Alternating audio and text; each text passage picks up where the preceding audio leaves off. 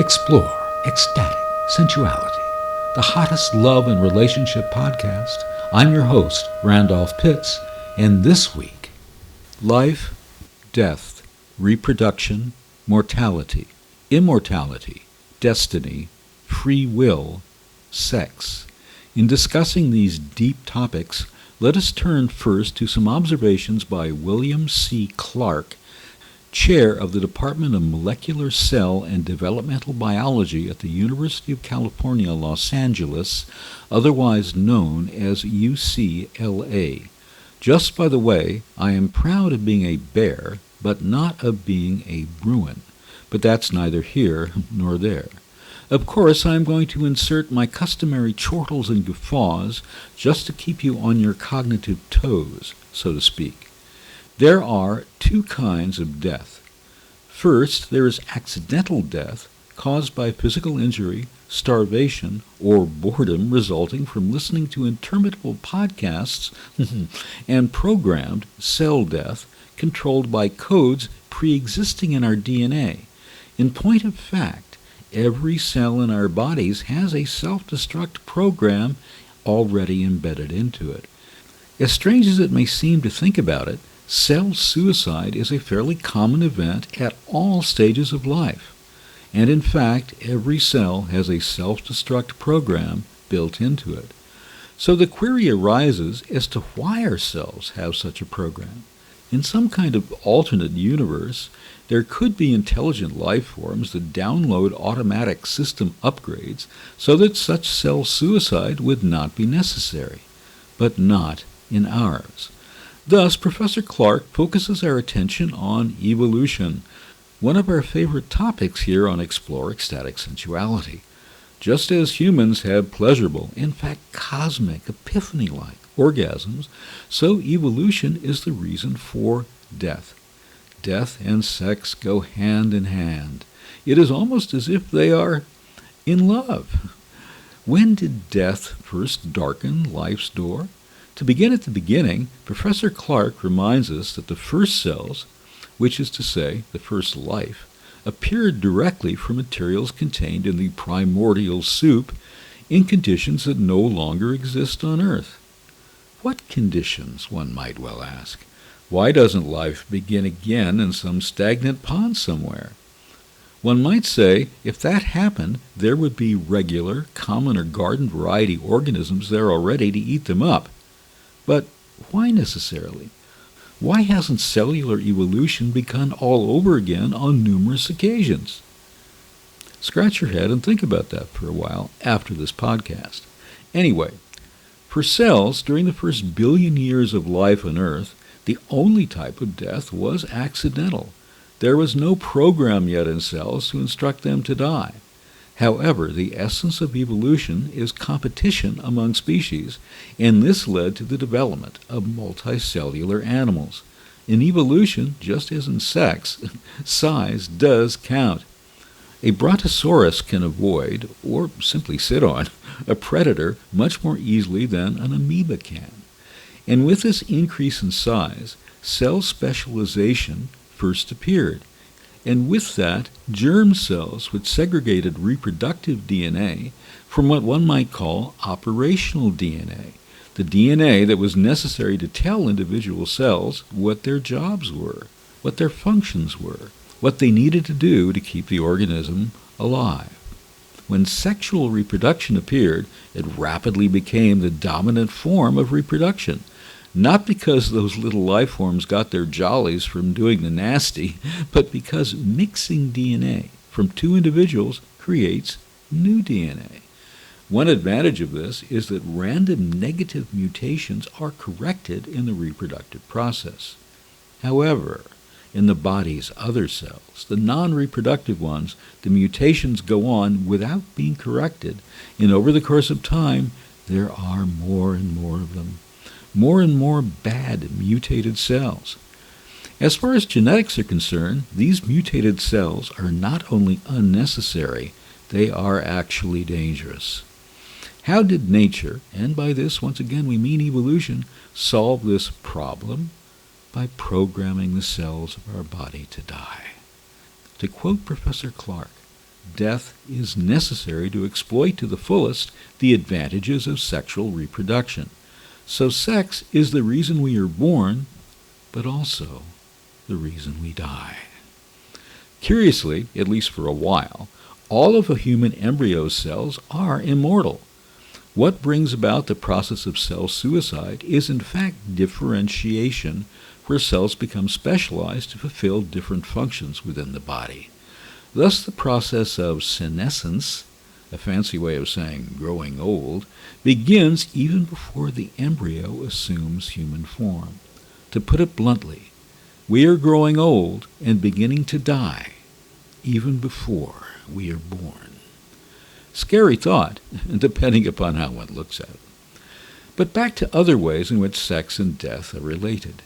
Linda Partridge, David Gems, and Dominic J. Withers of University College London Center for Research on Aging introduce us to a hypothetical organism called the Darwin demon, which starts reproduction at birth and continues to produce copious amounts of offspring throughout its long lifespan. They tell us that natural selection, evolution, favors the simultaneous maximization of fecundity and longevity because it maximizes the genetic contribution to the next generation, fecundity being a term for the ability to produce offspring. However, these researchers tell us, in the real world, these two traits show an inverse relationship with each other. Among both mammals and birds, long lifespans are associated with low fecundity, which is somewhat of a mystery.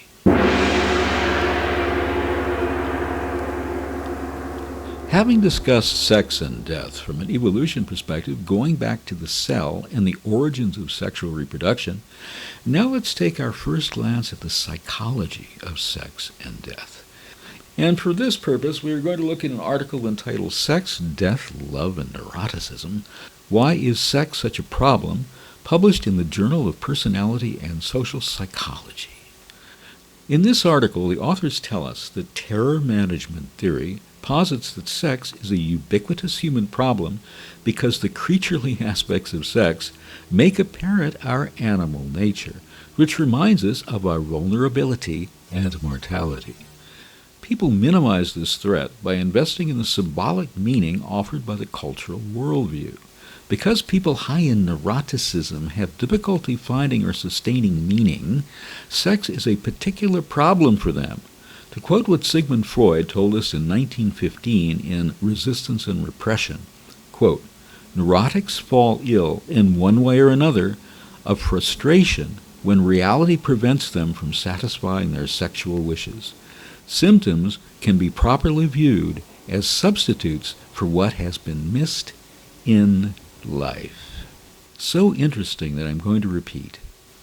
Neurotics fall ill in one way or another of frustration when reality prevents them from satisfying their sexual wishes. Symptoms can be properly viewed as substitutes for what has been missed in life. So true. All my fellow neurotics out there, take note.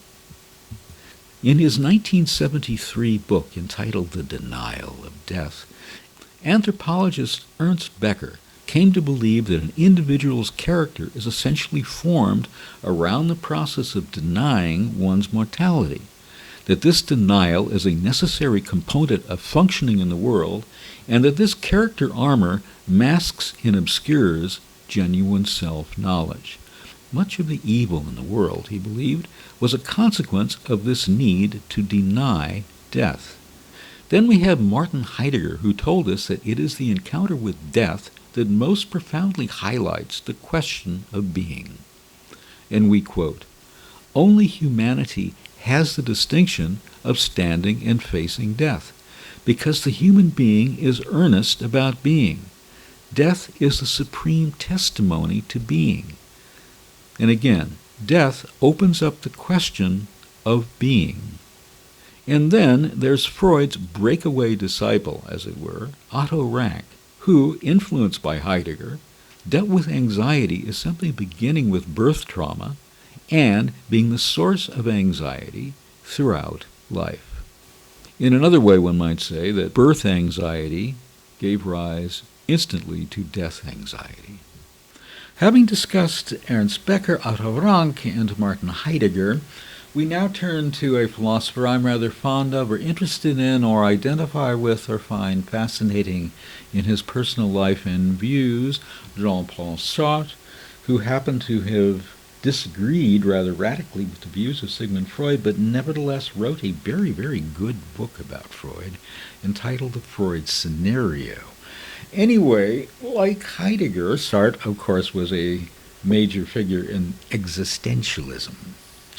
However, in Being and Nothingness, Sartre's major work, Sartre criticizes Heidegger's conception of death in Being and Time and offers his own account of the finitude of existence, which is grounded not in the certainty of death, but rather in our choices and freedom.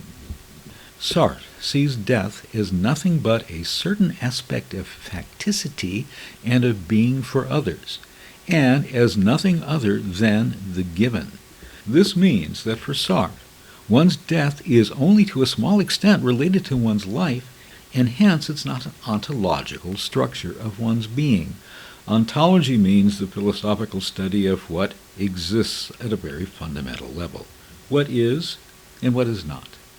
To quote Sartre, "Death is in no way an ontological structure of my being, at least not insofar as my being is for itself.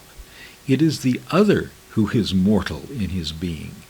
There is no place for death in being for itself. It can neither wait for death, nor realize it, nor project itself toward it. Death is in no way the foundation of the finitude of the for itself. In a general way, death can neither be founded from within, like the project of original freedom, nor can it be received from the outside as a quality of the for itself. What then is death? Death is nothing but a certain aspect of facticity and of being for others, i.e., nothing than the given. It is absurd that we are born. It is absurd that we die." So, seeing death as merely a given, in square quotes, does not change the relation into which humans and death are always placed. That is, the finitude of humans. That we are not eternal, that at some point we stop, cease to exist, we're finite. Humans, for Sartre, are finite beings. Yet what renders this finitude possible in the first place, and constantly confirms it, is not a death awaiting and happening in the future, but rather the limitedness pertaining to the present regarding to the individual's need to choose a certain project. That is, the limitedness belonging to the need to choose, and hence to act in accordance with this choice. At any given moment, we are faced with a choice, with alternatives, with possibilities, potentialities that are within our capabilities. For Sartre, finitude originally arises from, and is first made possible because of, the temporal inevitability of pursuing one specific project before another, and at the same time, the impossibility of reversing or changing this sequence of projecting, of this order of choosing. Of course, one can unchoose, but retroactively one cannot unchoose the results of that choosing. I can unchoose to go to the kitchen and make myself another cup of coffee, but if I've already done that, I cannot unchoose the results of that activity. The cup of coffee is sitting on my desk anyway.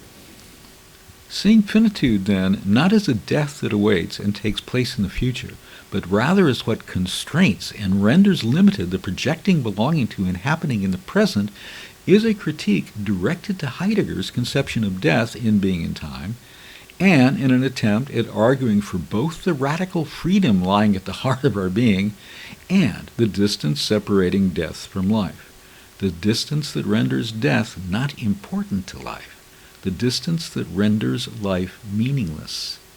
Sartre argues against Heidegger's view that no one else can die for me, saying that no one else can love for me.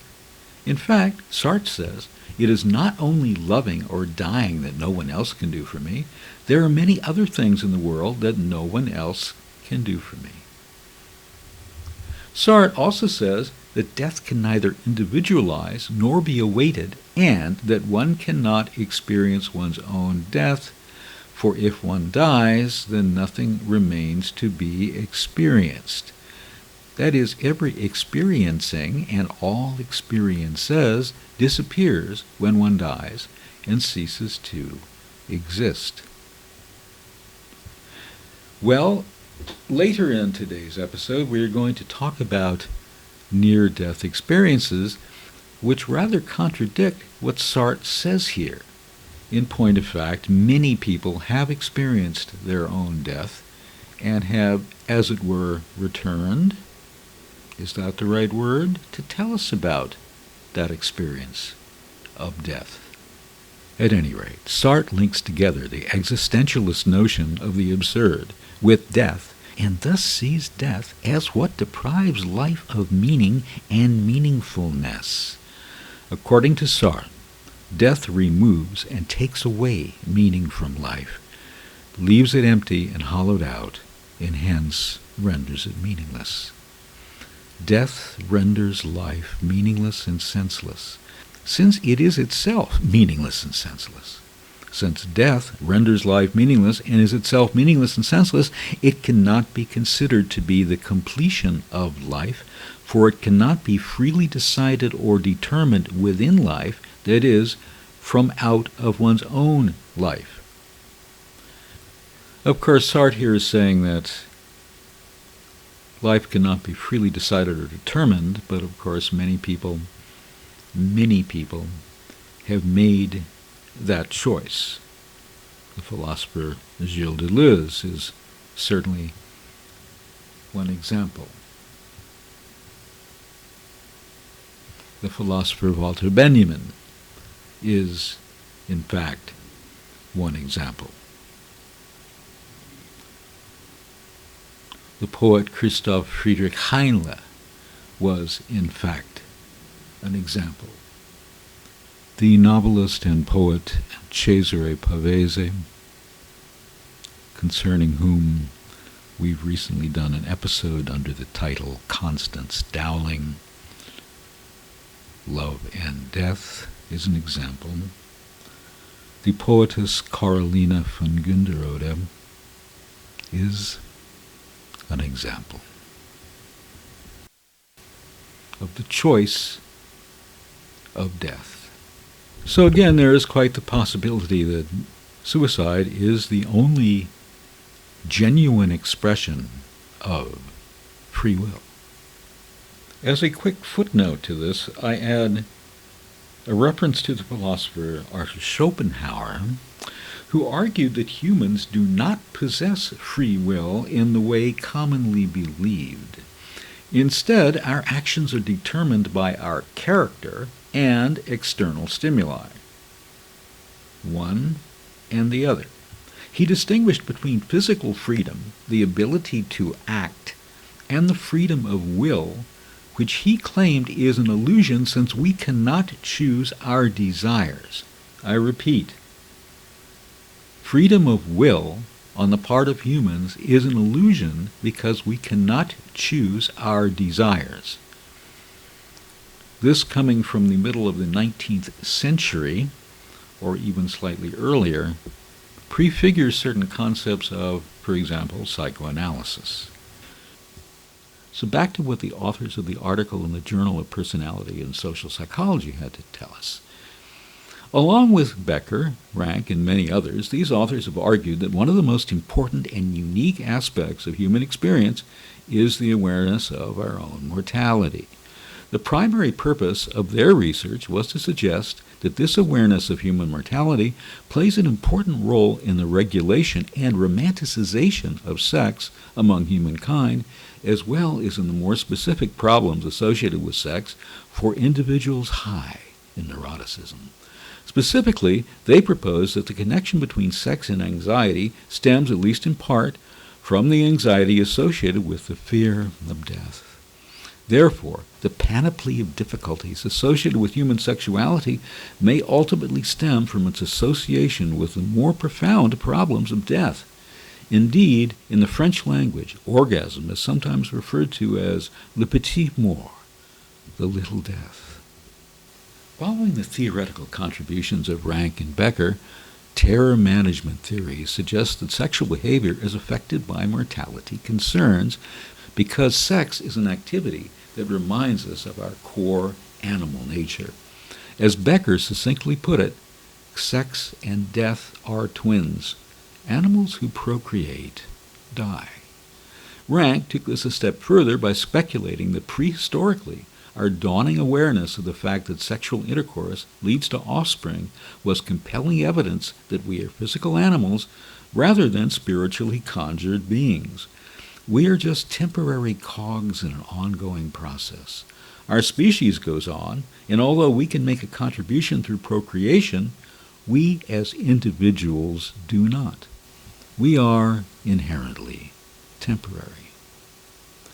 In summary, terror management theory, TMT, suggests that people are protected from the anxiety that awareness of their mortality would otherwise produce by immersing themselves in a culturally constructed and socially validated abstract world of symbols that imbue human life with meaning and value.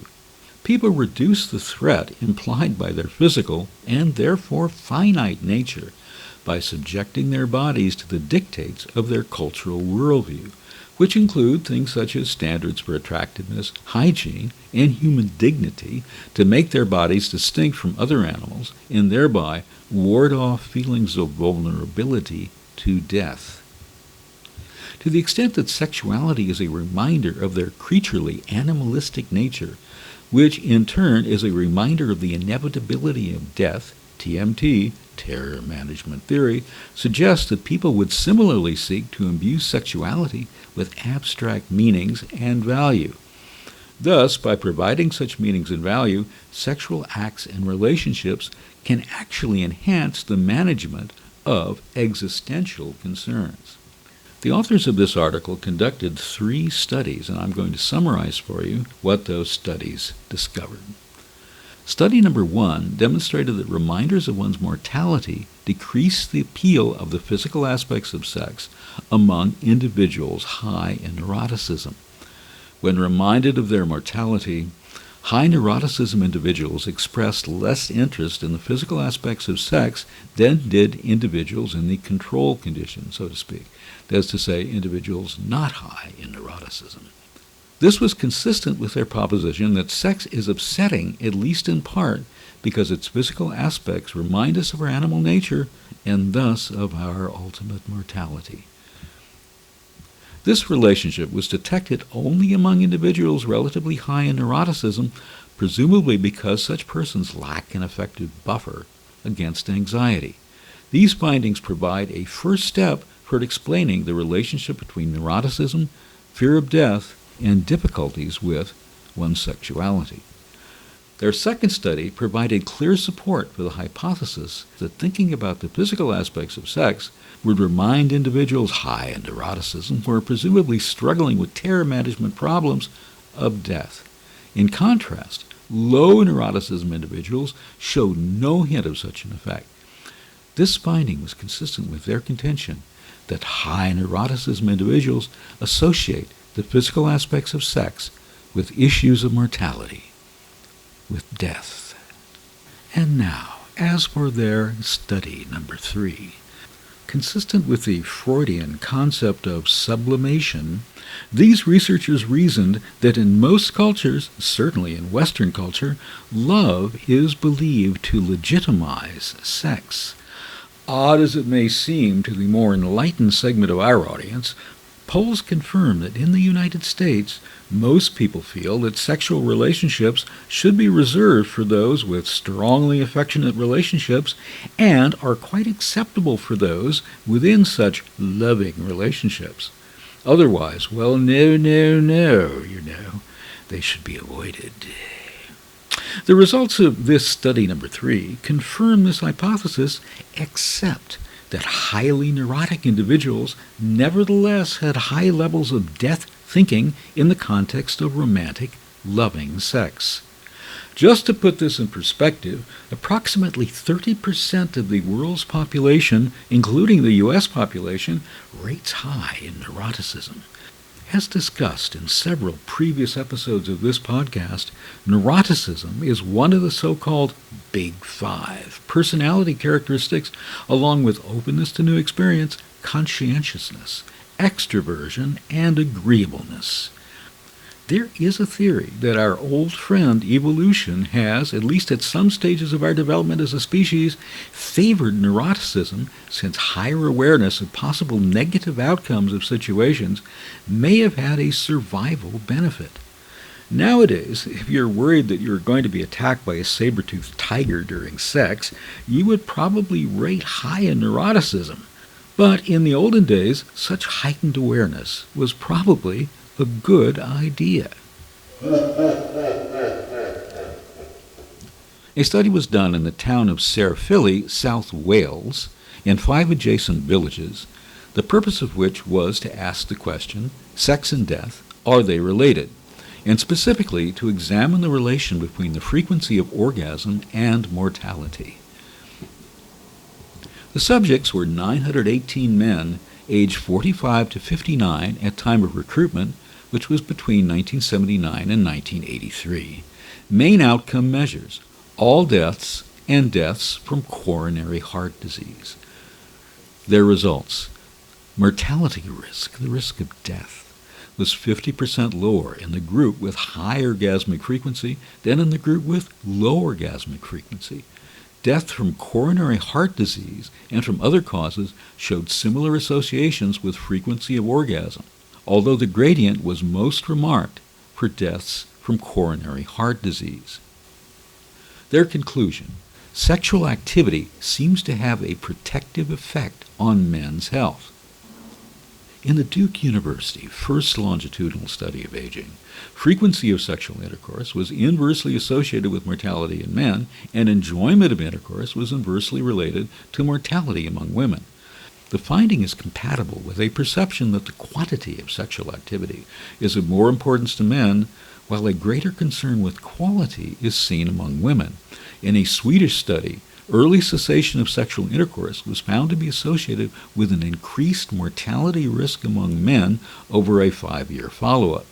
Sexual dissatisfaction was found to be a risk factor for myocardial infarction in a case-control study of women, with premature ejaculation and impotence in husbands being the major underlying factor. So women out there, if you, again, don't want to have heart attacks, find yourself a guy who does not suffer from premature ejaculation or impotence. In an article published in the Gerontologist, Erdman B. Pelmore reported that 22 variables were found to be significant predictors of longevity among 252 panelists in a 25-year longitudinal study of aging. The strongest independent predictors of longevity for men were health self-rating, work satisfaction, and performance intelligence. For women, they were health satisfaction, past enjoyment of intercourse, that is, of sex, and physical function rating. These predictors could constitute a combined difference in longevity of 16 years for men and 23 years for women. So let's delve a little bit more deeply into this research and its results. First, let's talk about our favorite subject, sexual relations. Frequency of intercourse was a significant predictor of longevity for men. This may simply reflect the fact that healthier men tend to be more sexually active, or it may be that intercourse contributes to greater longevity indirectly through its physical stimulation and emotional gratification. Emotional gratification, physical stimulation, important things for sex for men. For women, frequency of intercourse was not significant, but past enjoyment, retrospective enjoyment, looking past at one's lifetime of sexual experience, past enjoyment of intercourse was a significant and moderately strong predictor of longevity, that is, of how long you will live. Present enjoyment of intercourse was a weaker predictor with only borderline significance. This may reflect the fact that past enjoyment represents a lifetime of healthy sexual activity, whereas present enjoyment represents only recent activity, which may be influenced by recent widowhood or the sexual partner's recent loss of potency or interest, both of which may be unrelated to the panelist's longevity.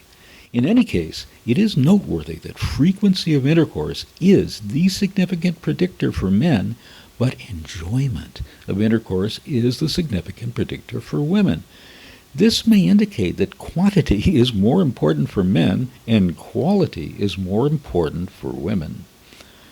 So guys, if you want your wife or girlfriend or lifetime relationship partner to live a long and healthy life, make sure that you do everything you can to help her, to participate with her in enjoying great sex. Now, this is not to imply that sexual activity is necessary for longevity. Many celibate groups have normal longevity. But in this particular population over this long period of research, sexual activity may indeed have enhanced longevity. Other research prior to this study indicated that being married reduced mortality. That is, people who were married lived longer. But in this study, they found almost no relationship between marriage and longevity. This, combined with the findings that sexual activity and satisfaction are predictors of longevity, suggests that it is not marriage as such, not marriage per se, but the sexual activity and satisfaction associated with marriage that may contribute to longevity. Now let's talk about something that Mick Jagger addressed many years ago and that I address on a daily basis: satisfaction. Among the satisfaction predictors, work satisfaction was the strongest predictor for men. Usefulness, men need to feel useful in their lives, was a similar predictor.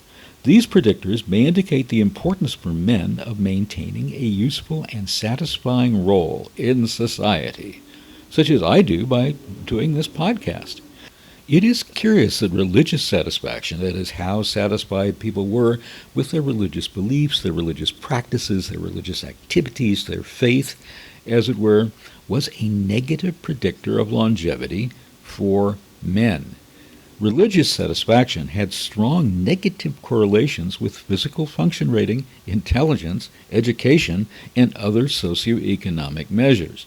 Thus, it may be that the poorer health and lower socioeconomic status of men with higher religious satisfaction scores are the factors making it a negative predictor of longevity. Now, in this particular study, we should emphasize that they're talking about traditional religions, the monotheistic religions that we're all familiar with, for better or for worse, many for better, some for worse. They were not focusing, for example, on Tantra.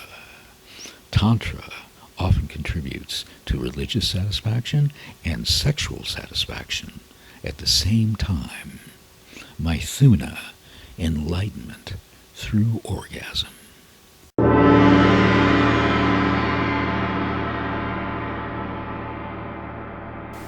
The view that male pleasure and enjoyment in sexual intercourse is secured at the cost of vigor and well-being is common in a wide range of cultures. One of the extreme expressions of this idea is found among the Huli people of Papua New Guinea. Here, young men were sent to secret bachelor houses hidden in the forest and taught by celibate specialists of the mortal dangers of succumbing to women's desires. If sexual contact had to occur at all, it should be restricted to the needs of procreation. In North India, any loss of semen is considered to be debilitating, leading to skin problems, lack of concentration, anxiety, painful joints, palpitations, headaches, pains in the chest, swollen gums, and halitosis. The biological mechanism considered to be involved in the production of only 1 teaspoon of semen requires 40 kilograms of food. Just think about that.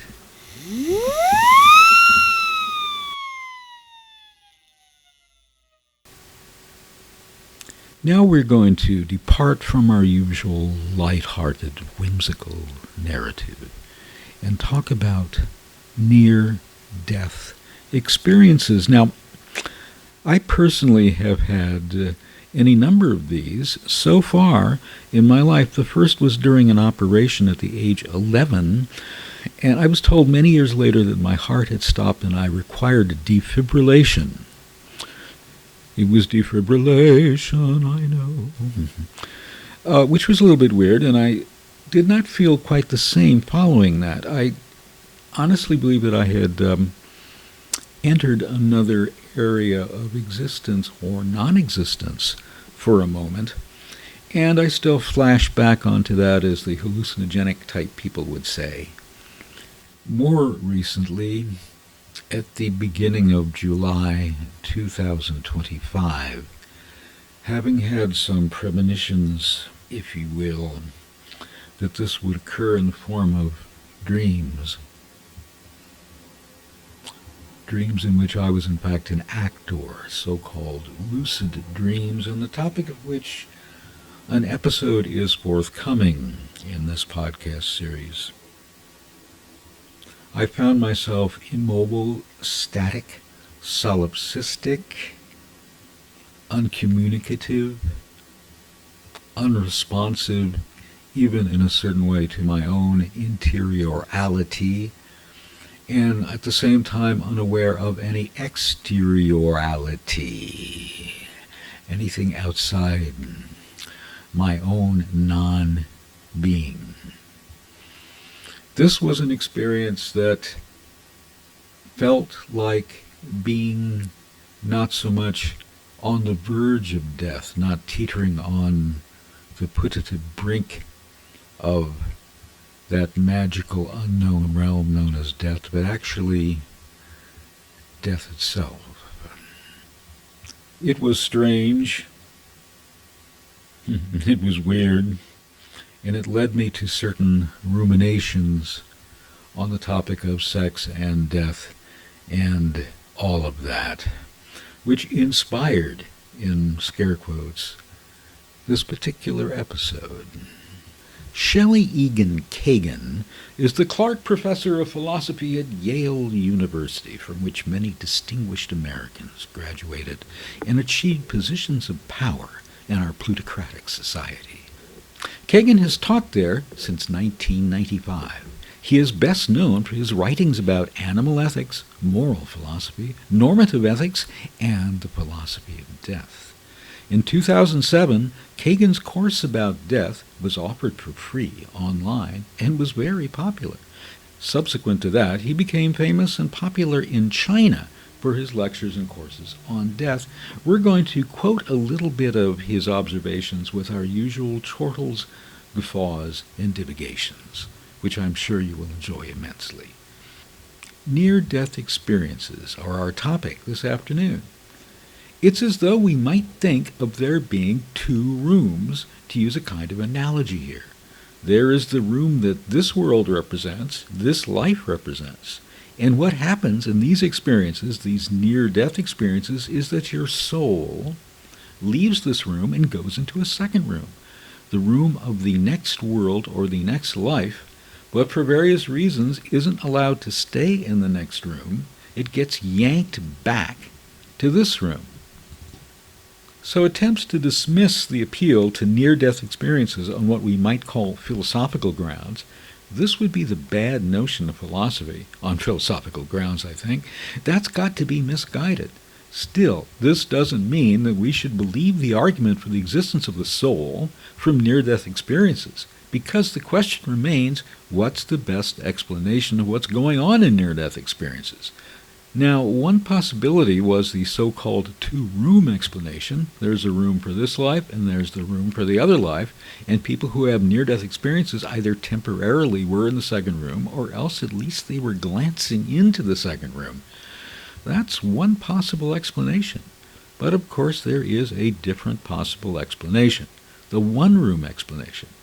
There's just life. There's just life, this life. And as you come very close to the wall of the room, things end up looking and seeming and feeling rather different than they do in the middle of the room.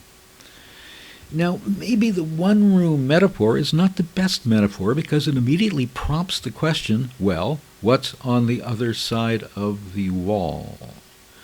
And of course, the physicalist's suggestion is that there isn't anything on the other side of the wall. So maybe a better way to talk about it would just be life's a biological process. We're all familiar with that process, sort of, in its middle stretches. In its closing stretches, some fairly unusual biological processes kick in. In rare, but not unheard of, cases, some people begin to have these unusual biological processes and then return to the normal biological processes and can talk about what was happening in the unusual biological processes.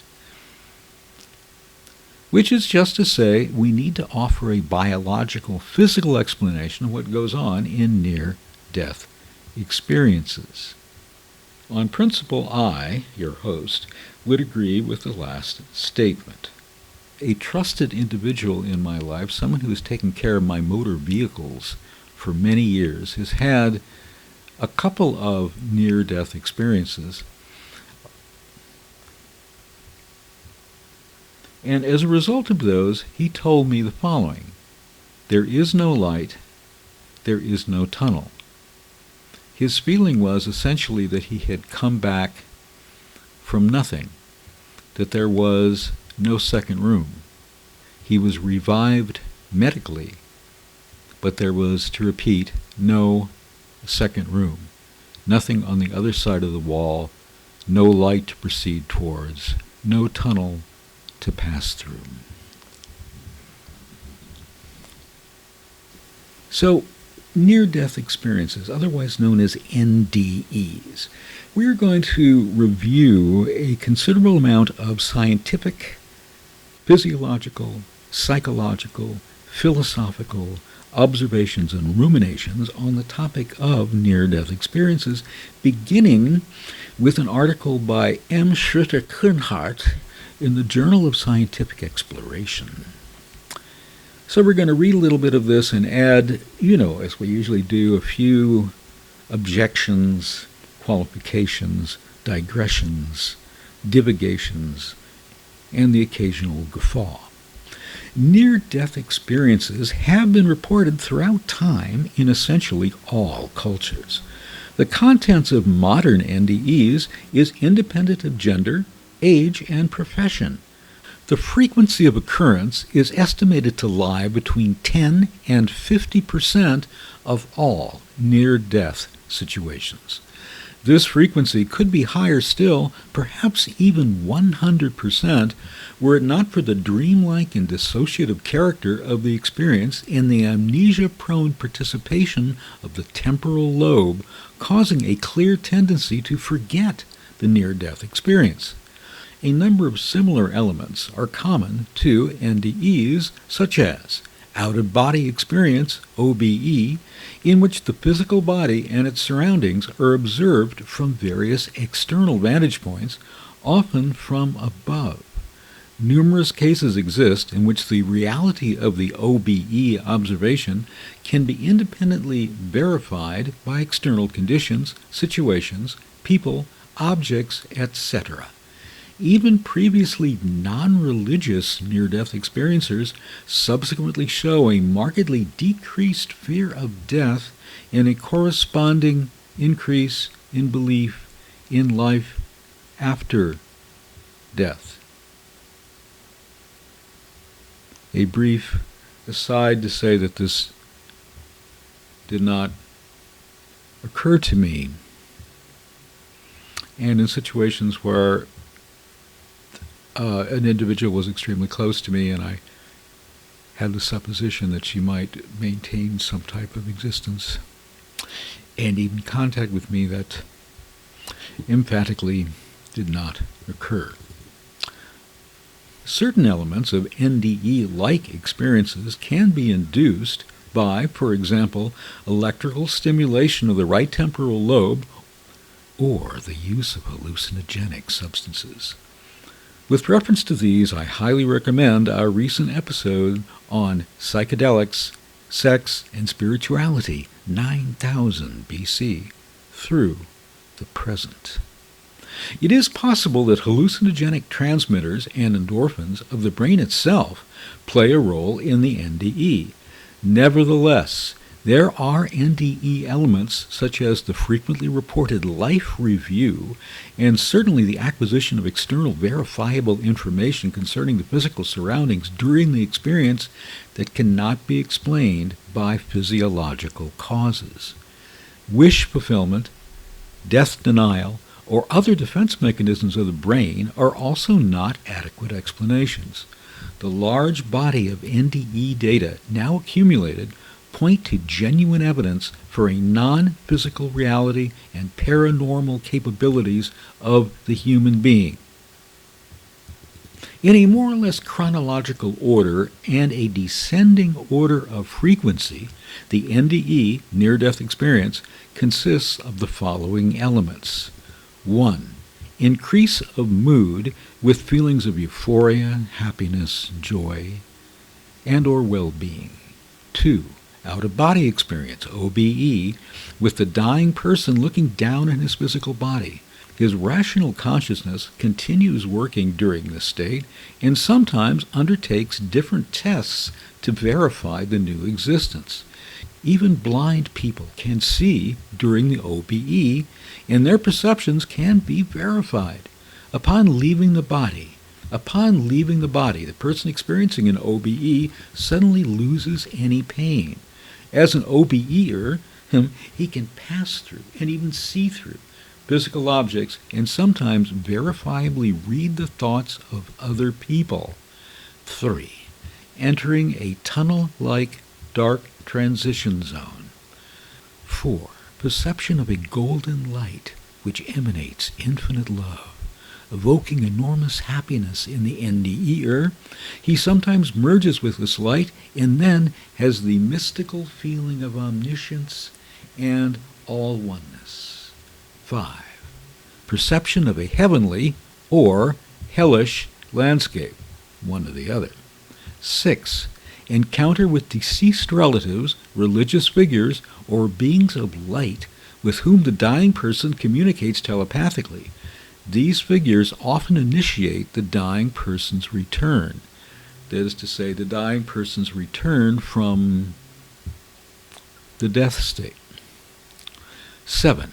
Experiences of a life review with known and unknown verifiable details of one's life, whereby the NDEer observes himself acting and feeling again all specifics of a situation, including those of all other participants in such situations. This entails an unequivocal ethical evaluation of all thoughts, words, and deeds under a normative measure of love. 8. Precognition. Parts of the out-of-body experiencer's future or the world's future are seen. 9. Different temporal perception. Time slows down, and simultaneously thought and picture frequently speed up. With a frequency of about 0 to 25%, the NDEs, the near-death experiences, are negative. The NDEer also experiences an out-of-body experience and a dark transition zone, but under unpleasant feelings of fear or panic. He then encounters bad forces or beings and enters a hellish environment. An example of a void near-death experience was reported by a 26-year-old woman. I passed through different stages of torment. Voices were laughing at me, telling me all of life was a dream, that there was no heaven, hell, or earth, really, and that all I had experienced in life was actually a hallucination. I passed through the stage of terrible thirst, and the voices kept laughing and telling me, "You think this is bad? You think this is bad? Wait till the next stage." I found myself hurtling toward the final torment. I was to be suspended in a total vacuum with nothing to see or do for all eternity. I was naked, and I was sad about that because I thought, if only I had clothing, I could pull the threads and knot them and reweave them for something to do. And if only I were sitting in a chair, I could splinter it and try to make something of the splinters. And then the overwhelming realization that eternity was forever and ever, time without end. What to do in a vacuum forever? After all these years, the nightmare remains vivid in my mind. I assure you, the worst form of hell, in my mind at least, would be myself suspended, naked, in a vacuum. A specific example of a hellish NDE, near-death experience, was reported by another 26-year-old woman. Instantly, I started plummeting downward, falling into darkness, a horrible, endless black space. Imagine standing in an elevator and all of a sudden the floor drops out and down you go, that terrible sensation of falling. I was terrified in the darkness that surrounded me, but very aware that the horrible pain was burning and searing my entire body, agonizing pain beyond description that would never leave. There were the tortured screams of others, but I could see nothing beyond the darkness. There was no fire, just the dreadful burning pain over every part of me, and I knew that this was hell. I felt hopeless, knowing that this was for eternity. There was no escape from this nightmare. I wouldn't wake up. I wouldn't hit bottom or die. I wouldn't be rescued by anyone. I would fall and burn in this gruesome place forever and ever and ever, screaming out with all these other lost souls crying out in the darkness, totally helpless as we fell further into the pit of hell. Not even God entered into this place, and the torture would go on forever and ever and ever. There was no way to describe the terror that filled me, realizing that I actually set myself to hell through my choice of not believing. I had chosen this. I had chosen not to believe in God. I felt a separation, as if I had never existed. There is no lonelier place than separation from God. I saw no flames, just total darkness and the sensation of burning. I heard many people screaming, but I saw no one. It was a dark, desolate, horrible place with no hope of escape. I felt the hopelessness of being lost in torment, separated from God for eternity. Features that were statistically more common in distressing near-death experiences included 1. Being in hell or a place of torment. 2. Heading toward hell or a place of torment, but not reaching it. 3. A terrifying, horrible, or painful separation from the body. 4. Any other terrifying, horrible, or painful incidents during the near-death experience. 5. Being cold. 6. Feeling fear, dread, terror, or panic.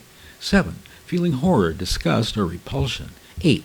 Feeling despair or hopelessness. 9. Trying to scream or cry out, but being unable to emit any sound. 10. Feeling that the experience would never end or would repeat forever. The Wiederholungswahn. 11. Trying to escape by fighting, running, or climbing out. 12. Trying to get back in control of your situation yourself. And 13. A sense that you would be completely annihilated or cease to exist. After an NDE, all NDEers are absolutely certain that there is life after death, as we said previously. One observed consequence was that some NDEers mourn less because they know that there is life after death. Most astonishing to these authors, whom we mentioned previously, is not just the frequency and structural similarities of all NDEs in the United States and Western Europe, independent of sociological, demographic, or psychological variables, but that similar experiences with the same effects have been made for thousands of years across completely different cultures. The Gilgamesh epic, the oldest written testimony of mankind, contains a near-death experience. The American anthropologist D. Shields found that 95% of 57 non-Western cultures today are familiar with out-of-body experiences, the most important component of the NDE. Interestingly enough, no review of a former life is described in the NDEs of cultures believing in reincarnation. That's interesting. I'm going to repeat that. Interestingly enough, no review of a former life is described in the NDEs of cultures believing in reincarnation. This could be an indication that the concept of reincarnation is a misinterpretation of the contact with the former life of another deceased human being. It is here essential that we distinguish an out-of-body experience from what I undergo frequently, including at the present time, namely an out-of-booty experience. Cue the laugh track. We are now going to turn to what is, in effect, a literature review and analysis entitled Explanation of Near-Death Experiences, a Systematic Analysis of Case Reports and Qualitative Research, Volume 14, 2023, Frontiers of Psychology. This literature review and research was conducted by Student Research Committee, Des Fool University of Medical Sciences, Des Fool, Iran, Department of Physiology, School of Medicine, Des Fool University of Medical Sciences, Des Fool, Iran. These researchers found 2,407 articles relevant to near-death experiences. The results of this literature review are categorized into 4 main topics, including emotional, cognitive, religious, spiritual, and supernatural experiences associated with near-death experiences. Supernatural experiences were the most frequent category of experiences relating to NDE, which consists of 2 subcategories: out-of-body experiences and supernatural and metaphysical perceptions. In many studies, supernatural perceptions include passing through a tunnel involuntarily, moving toward the ceiling, out-of-body experiences, seeing one's own physical body from above whilst outside the body, the phenomenon of self-bilocation, having awareness of the places far from the body, self-permeability, passing through physical objects such as walls, being present at several locations at the same time, self-multilocation, the feeling of being floating, entering a non-terrestrial location, heaven if you want to call it that, and telepathy, non-verbal communication with others. The second category of NDEs were spiritual and religious experiences consisting of 4 subcategories: meeting with the dead and acquaintances, meeting with religious figures, feeling oneness with the universe, and observing punishment and reward for actions. Another category of near-death experiences were cognitive experiences, which consisted also of 4 subcategories, including heightened senses, an altered nature of time, reviewing life events, and the sudden perception of some specific knowledge. In regard to heightened senses, a review of the reports of the near-death experiences showed that visual descriptions are impressive, efficacious, and clear, all while these individuals are unconscious and often clinically dead at the time of experiencing and seeing such wonderful sights. In near-death experiences, all the senses of sight, hearing, touch, taste, and smell have been described. The heightened senses and the improved consciousness among these individuals even indicate that these experiences are to be very different from dreams and sleep, and at the moment it is difficult to find a recognized medical explanation for near-death experiences.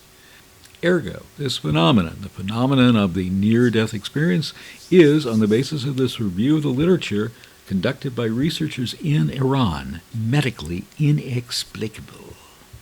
There is no other type of altered state of consciousness experience in which events are that clear, Consciousness is that strong, and events follow one another in such a specific order. The research conducted in this field shows a stable pattern of enhanced consciousness and heightened senses, which leads to the clarity of near-death experiences and proves them and validates them. The final category of near-death experiences is emotional experiences, which includes two self-categories: positive experiences and negative experiences. Many NDEers state that they have experienced immense peace and that it has been their most memorable experience in such a way that they hesitated whether or not to return to life. Having experienced such hesitation myself in my own near-death experiences, I can relate to that absolutely. In addition, in the cases where an individual had died with severe pain, her pain had disappeared with the sudden experience of relaxation.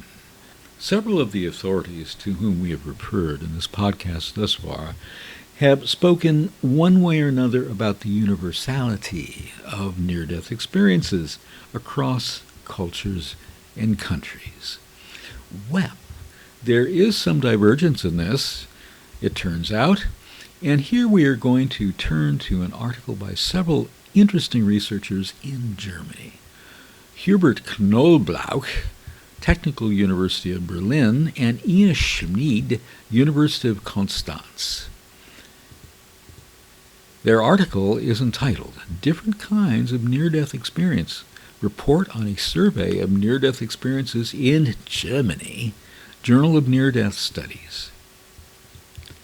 This article provides a short summary of a representative survey on near-death experiences in Germany, which was in fact the first of its kind to be conducted in Europe.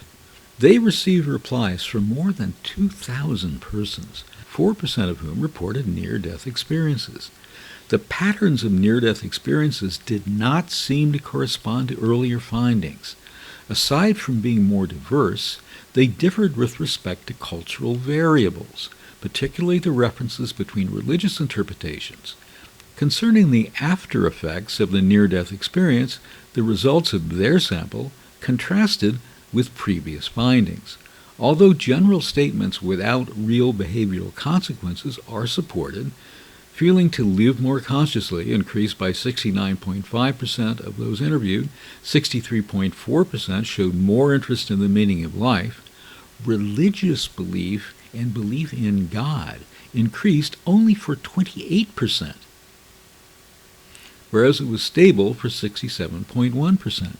Surprisingly, fear of death decreased only for 40%, remained stable for 40%, and even increased for 20%. Only 22% held a stronger belief in the Christian God in life after death, whereas 28% expect nothing to come after death. The most positive reactions are to humanistic or diverse transcendent beliefs, higher supernatural powers. These results suggest some very basic difference to the results of American surveys. Whereas in America, near-death experiences seem to support religious belief, in Germany they rather tend to undermine it. Whereas American near-death experiences include a certain number of elements which seem to follow one another and are typically experienced as emotionally positive, the majority of German near-death experiences consist of one element or scene without any consequences. 50% of all near-death experiences reported positive emotions, 43% negative emotions. American near-death experiences obviously affect experiences' morality and lead to more or less serious changes in life. German near-death experiences, on the other hand, only affect something like the general outlook on life without having what you might call moral consequences. Whereas American near-death experiences seem to strengthen religiosity and support existing religious beliefs, German near-death experiences are hardly considered to be religious at all. Now let us turn to a fascinating subtopic, you might say, to wit, the psychodynamics of near-death experiences. For this, we're going to refer in part to an article by a certain Bruce Grayson, published in the Journal of Nervous and Mental Diseases. However, other research is going to be brought to bear on this discussion, as we shall see. So, psychological approaches to the near-death experiences. Although clinical descriptions of near-death experiences abound in the literature of most ancient cultures, their psychological analysis was rare until an article by a certain Mr. Pfister in 1930.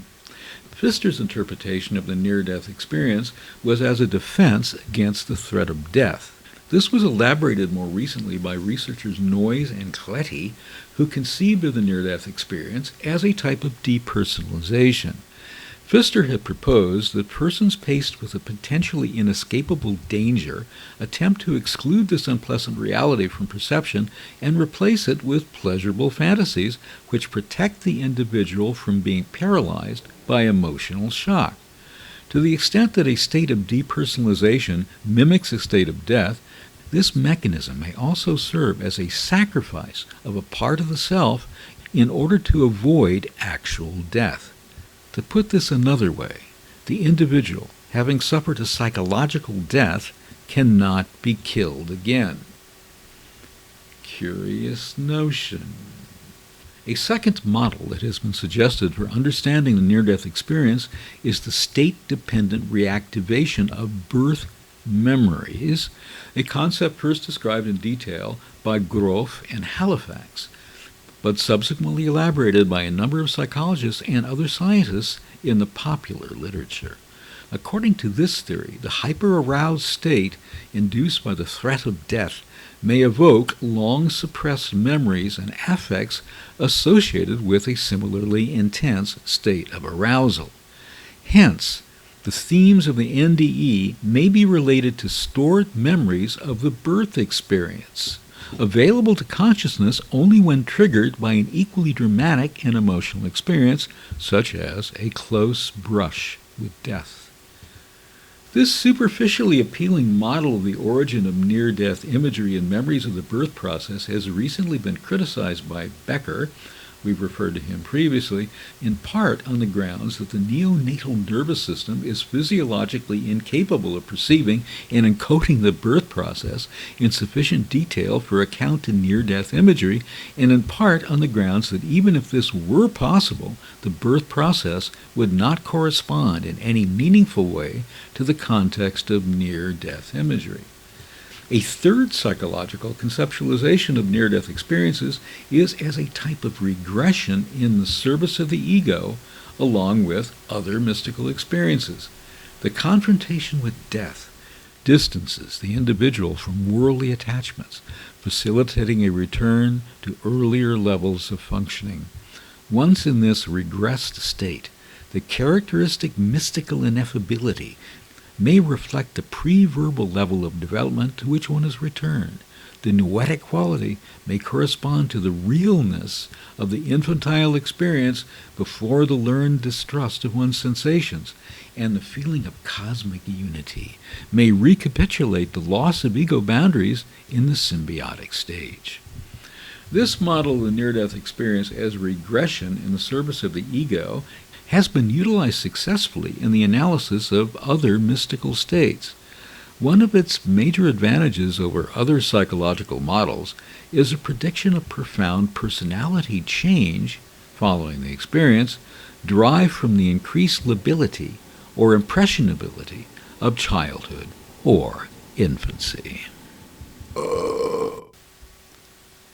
You may recall that evolution is a major theme of this podcast. That's how we get how we are today. As explained previously, that's why orgasms exist in the human species. At any rate, let us not digress or have another divagation on that topic right now. Let's instead turn to an article in Brain Communications, Volume 3, Issue 3, 2021. This article is entitled The Evolutionary Origin of Near-Death Experiences, a Systematic Investigation by Constanze Peinkopfer, Charlotte Marshall, Helene Kassel, Stephen Loris, and Daniel Concella. And we're going to add our customary divagations, guffaws, and chortles to this. They tell us that near-death experiences are known from all parts of the world, various times, and numerous cultural backgrounds. This universality suggests that near-death experiences may have a biological origin and purpose. Purpose, key word here. Adhering to a pre-registered protocol, these researchers investigated the hypothesis that thanatosis, aka death feigning, pretending that one is dead, a last resort defense mechanism in animals, is the evolutionary origin of near-death experiences. They first show that thanatosis is a highly preserved survival strategy occurring in all major nodes in a cladogram ranging from insects to humans. They then show that humans under attack by animal, human, and modern predators can experience both thanatosis and near-death experiences, and they further show that the phenomenology and the effects of the two overlap. That is, the phenomenology and effects of thanatosis and the types of near-death experiences that we've discussed previously in this podcast. In summary, they build a line of evidence suggesting that thanatosis is the evolutionary foundation of near-death experiences and that their shared biological purpose is the benefit of survival. They propose that the acquisition of language enabled humans to transform these events from relatively stereotyped death feigning under predatory attacks into the rich perceptions that form near-death experiences and extend to non-predatory situations.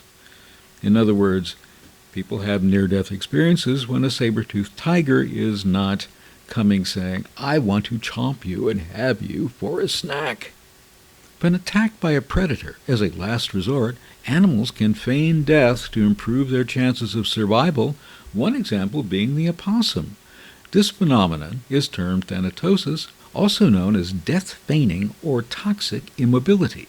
Thanatosis occurs in a large variety of taxa, including insects, reptiles, and mammals. In humans, it has been described as a defense mechanism happening during sexual assault.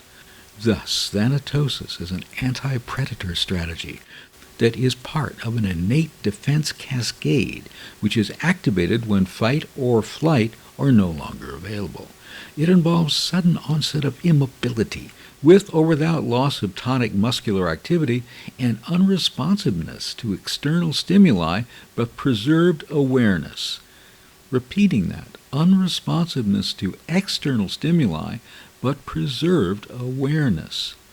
Note that it is akin to some forms of REM sleep intrusion into wakefulness in humans, e.g. lucid dreaming and cataplexy that can occur in near-death experiences.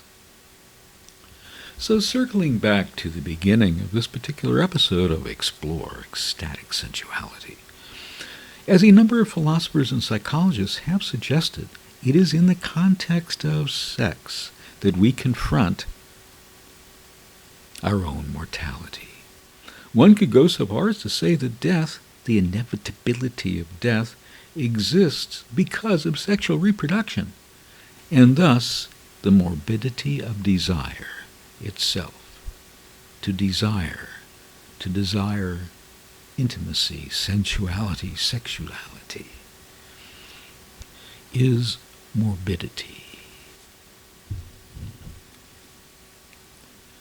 The Satyricon of Petronius, the ancient Roman author, tells us of the misadventures of a former gladiator through the Roman Empire in the 1st century A.D. Only fragments of the story still exist. The Sibyl of Cumae was a prophetess in service of Apollo and a great beauty. Apollo wished to take her as his lover and offered her anything she desired. She asked to live for as many years as there were grains in a handful of dust. Apollo granted her wish, but still she refused to become his lover. In time, the Sibyl came to regret her boon as she grew old, but did not die. She lived for hundreds of years, each year becoming smaller and frailer. Apollo having given her long life, but not eternal youth. Be careful what you wish for out there. When Trimalchio, the host of a banquet, speaks of her in the Satyricon, she is little more than a tourist attraction, tiny, ancient, confined, and longing to die. And we quote, Nam Sibyllam quidam cumis ego ipse oculus meis vidam ampula pendere, et cum illi pueri dicerant, Sibylla, ti theis, respondebat illa, apothanen Thilo. I saw with my own eyes the Sibyl of Cumae hanging in a cage, and when the boys said to her, Sibyl, what do you want? She answered, I want to die.